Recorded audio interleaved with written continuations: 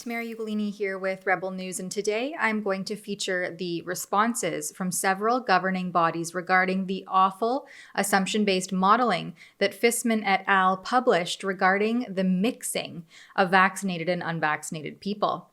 This will be my third and probably final report on the subject, at least for now, as I already did one where I highlighted the numerous issues with Fissman's conflicts of interest and how he is heavily affiliated with the COVID-0 cultists. I mentioned that his modeling is essentially junk science based off of biased assumptions and that the real-world data is painting a very different picture. In my second report, I interview Dr. Byram Bridle, who is an actual expert in immunology, virology, and vaccine technology and development. He highlighted some of the paper's major assumption flaws and noted that correcting just one of them completely flipped the modeling on its head.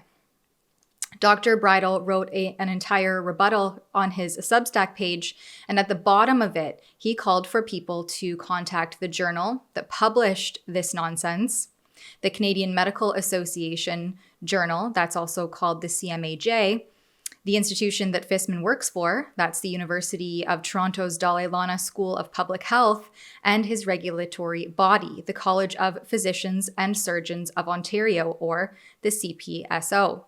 And so I did just that. I contacted Kim Barnhard, who is listed as the media contact for the CMAJ, and also their generic CMAJ group email address. I said, "It has come to my attention that the CMAJ has published a peer-reviewed article that has alarmed many Canadians. Credentialed experts have referred to the modeling used as deeply flawed, highlighting methodological concerns that do not align with real-world data. Before I feature a report on this, please confirm the following. What review process took place to verify the methodology used and findings asserted in the above-mentioned article? What protocols are in place to correct falsehoods? Will this paper remain published as is? Why or why not?" Kim responded and let me know that she had forwarded my communication off to the editor-in-chief. Later, she follows up and says, "Here are answers from Dr. Kirsten Patrick, editor-in-chief, CMAJ. The article was peer-reviewed by subject matter and methodology experts and went through CMAJ's rigorous editorial process. CMAJ does not disclose information about peer reviewers as peer reviews are confidential. CMAJ follows guidance laid out by the International Committee on Publication Ethics. Hope this helps clarify things for your article." But it didn't, so I responded. "Thank you for this response. The guidance laid out by Publication Ethics appears to indicate that journals should have a clearly described process for handling allegations, and same for complaints and appeals. Does CMAJ have its own specific policies?" Again, I reiterate what review process took place, what protocols are in place, and will the paper remain published as it is? And crickets. Next, I reached out to Fissman's employer, the Dalai Lama School of Public Health, namely the Dean, Steiny Brown, and Professor Siddiqui, who is the division head of Fissman's Department of Epidemiology. I asked, what policies are in place under the DLSPH, the Dalai Lama School of Public Health's Code of Behavior, to correct public falsehoods made by faculty members? Are procedures made available publicly where the behavior has been found to greatly affect and influence the public sphere? They responded that my deadline is tight and they will not be able to get a response to me by my deadline.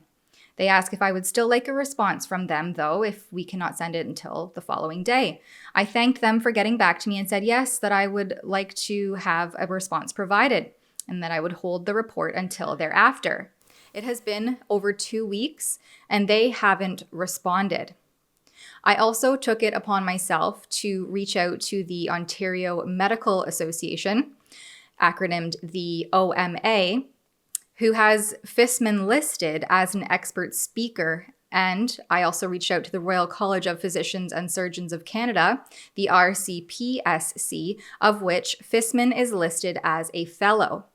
I asked them both the same questions. What protocols are in place for the OMA/RCPSC to initiate an investigation of physicians accused of publishing misleading scientific information? How does the OMA uphold public trust by correcting falsehoods or reprimanding physicians engaged in public misconduct?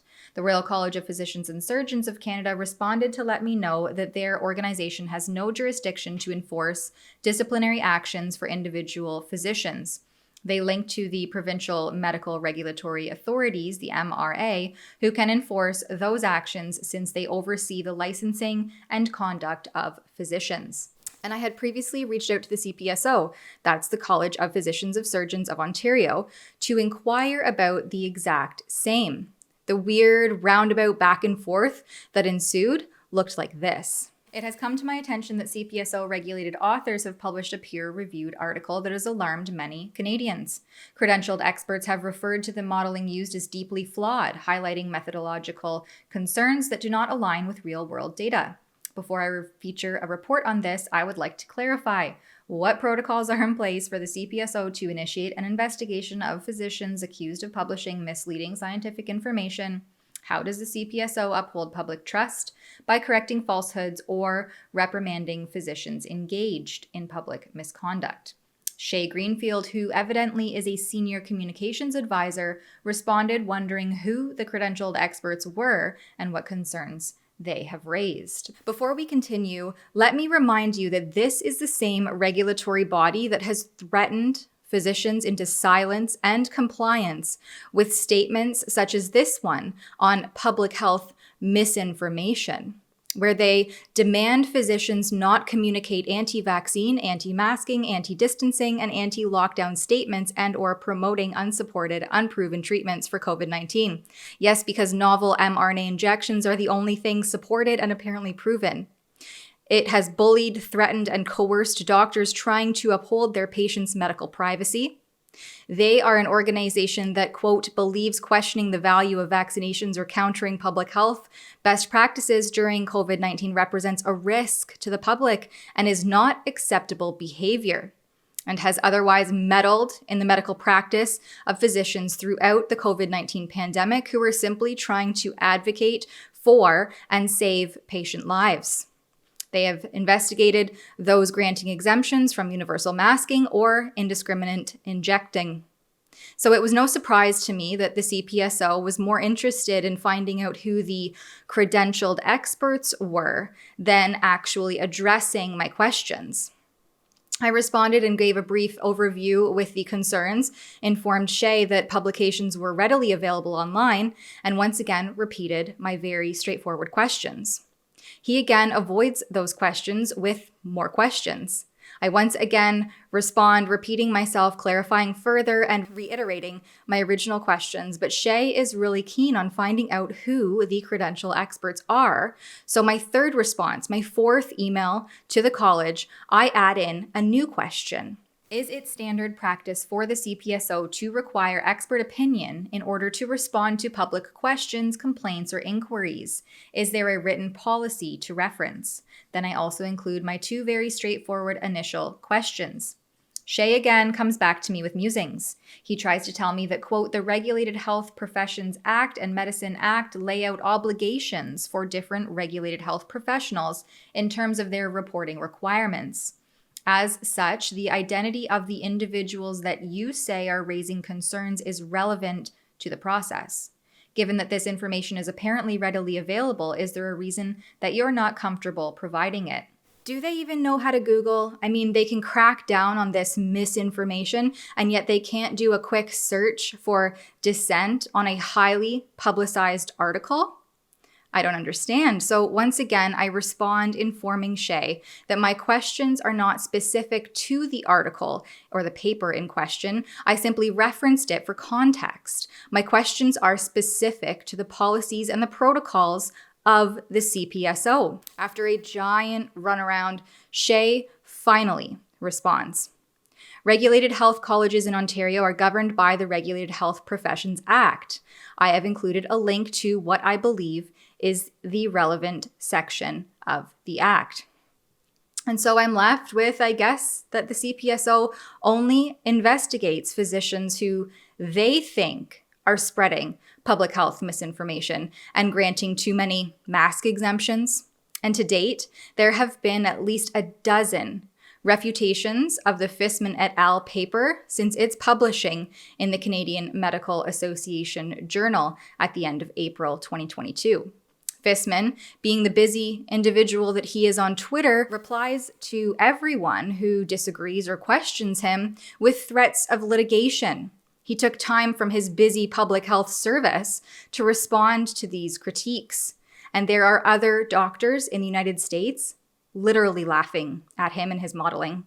And then he cites a paper by David Fishman. This is the Fishman Canadian Medical Journal paper. And it's really, it's really one of the dumbest papers I've ever seen because it's a paper that says, it's a paper that says unvaccinated people lead to more spread of COVID in a model that assumes that vaccinated people don't spread COVID and unvaccinated people do. What?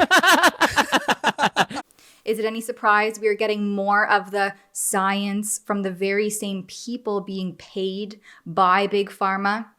Because as long as you're in bed with them, you can go viral sharing faulty modeling based on unscientific assumptions with zero reprimand, and then threaten litigation against anyone who criticizes your modeling because questioning the science isn't how COVID science works. For Rebel News, I'm Tamara Ugolini. This is the science that institutions and organizations are using to justify their indiscriminate vaccine mandates.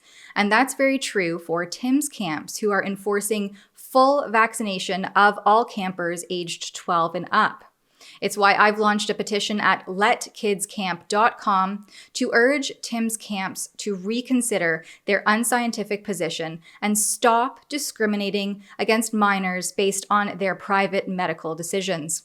You can view all of my reports on the subject and sign the petition at letkidscamp.com.